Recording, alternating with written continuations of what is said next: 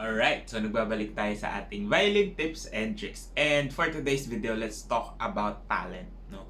What if I'm not talented? Could I still learn how to play the violin or any other musical instruments? Is it going to be a hindrance if I don't have the gift of music? Ano ba yung magiging factors that you should consider? And why it's still a good idea to learn music even if you don't have the gift for it. Yan. Ito yung pag-uusapan natin on today's episode. Alright, so a lot of people tend to think na kapag talented ka, okay na, no? When it comes to music, when it comes to arts in general, no? Para bang hindi pinag-aaralan yung mga skills that we need, right? They tend to say na, you must be so talented, ganyan. And some people think that would be a good compliment to a musician, no? But it sort of downplays the effort that you put in if you are really a professional musician, or if you have done your part or your work into developing your skills, your efforts, your knowledge in the field of music, no? Yeah. So talent is an advantage, let's put it at that. No? If you have the gift of music, you can easily define pitches, madali kang makasunod sa time, you could, even just being able to play, once you grab your instrument and be able to play the instrument as easy as you want, that's also a talent that you might have. No? Pero, as they say, talent finishes. So, natatapos din yun. There is always an end to it. Now, if you have that talent, no, you should also develop your skills in order for you to have that advantage and be able to grow.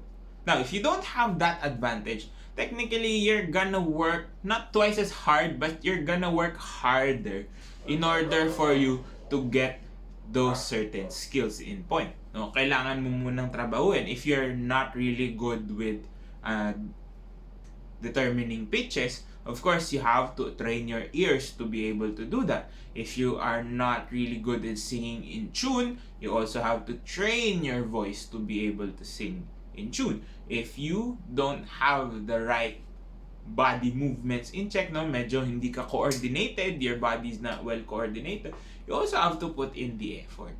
Okay? So, the effort that you put in will in turn become the skills that you need, diba? So, it's not really like the end of the world na hindi ka pwedeng mag-aral, mag-violin, for example, if you don't have that gift of music. Of course, pwede.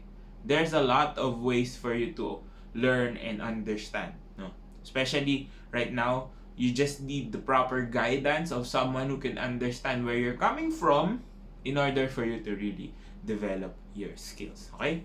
So, akala kasi ng iba, especially for those musicians na super talented talaga, they started really young and they just continued growing. Akala nila dahil lang yun sa talent, but it's really not. They also put in the work and the effort. Because if you don't, matatapos na lang, hanggang doon na lang yun.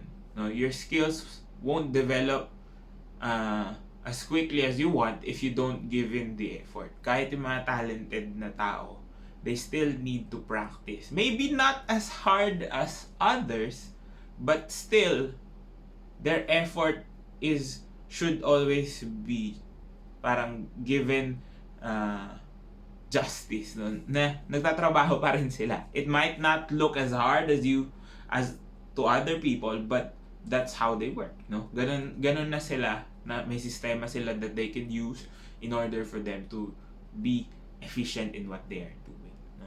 So, also a lot of talented musicians, no, some of them don't like to teach. Ayan.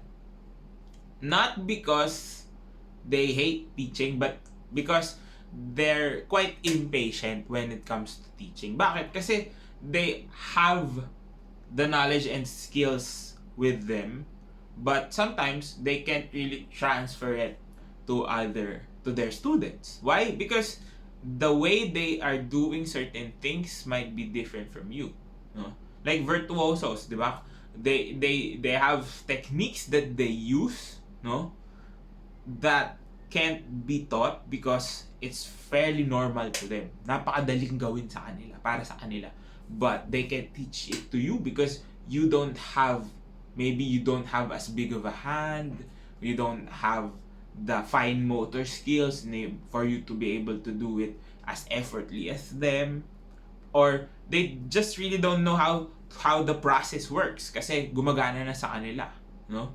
So minsan kasi there are things that we need the process in order for us to get the skills that we need, no? Maraming pagdadaanan, step by step yung process na pagdadaanan. But sometimes there are techniques that just comes, no? Dumadating na lang sa kanila, no? For talented musicians na basta nagagawa nila yon, and they can't really transfer it to you because they don't understand it fully. They just know how to do it, no? So may mga ganong factor as well. But again, at the end of the day, you still work, no? Again, talent can be beaten by your skills because talent finishes. Hanggang dun lang siya. It could jumpstart your musical journey if you have the gift of music, no? Kung maganda yung foundations mo. But if you don't work on that, you don't add things on top of that talent that you were given, you're gonna waste it, diba? It's wasted gift. It's a wasted gift. But if you don't have that gift and you still want to, you just have to understand that maybe you will put in more work from the start, no? Of course, pag nag-start tayo, we're trying to build foundations, not just in playing, no? Not just in sa bowing, sa left hand, right hand, but also in the way we discern pitches, we understand tone, the way we want to be able to convey our message or our ideas through music, no? Marami tayong binubuo from the start. If you don't have that gift of music, mas matagal lang yung magiging pagbuo natin. But there will come a time that you could be side by side with someone who is also more talented than you, no?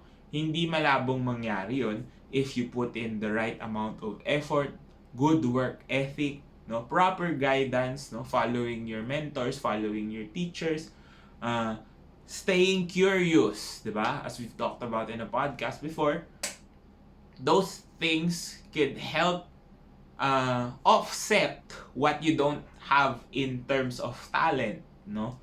If hindi ka talaga musically gifted, but you can do more than someone who is musically gifted, there will come a time that maybe you will be at par with their skills, at par with the way they are working, at par with the pieces that they play, no? It just needs a little bit more time for you to be able to get to that level. But it's not really impossible because again, there's a lot of even professional musicians who aren't really super talented.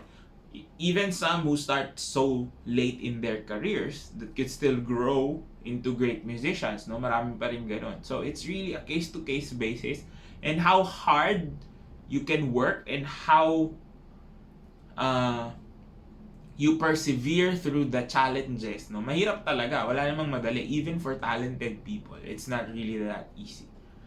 Merong madaling part sa kanila, no? I mean, to be honest, for everyone, there will always be strengths and weaknesses that you will have, no? Wala namang perfect na musician na lahat alam niya na, no? Meron lang madadali sa iba, may mahirap sa iba, and it's going to really be a case-to-case basis when it comes to those types of things, no? May mga problem areas ka ma-encounter that may be hard for you, but after that, madali na sa iba. Or some cases would be everything is so easy and then you hit a wall.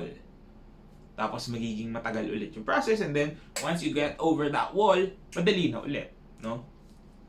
But again, at the end of the day, If you work smart, efficient, and give it your 100% focus, you could always be a better version of yourself, and you can reach your musical goals, whatever that may be.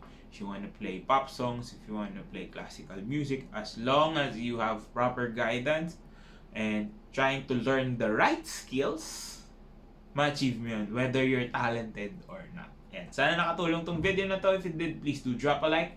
Comment down below more content you'd like to see, and of course, subscribe to my YouTube channel. Follow me on all my socials. Links down in the description box below. This has been Ryan Monakil for Violin Tips and Tricks, and I'll see you on the next video.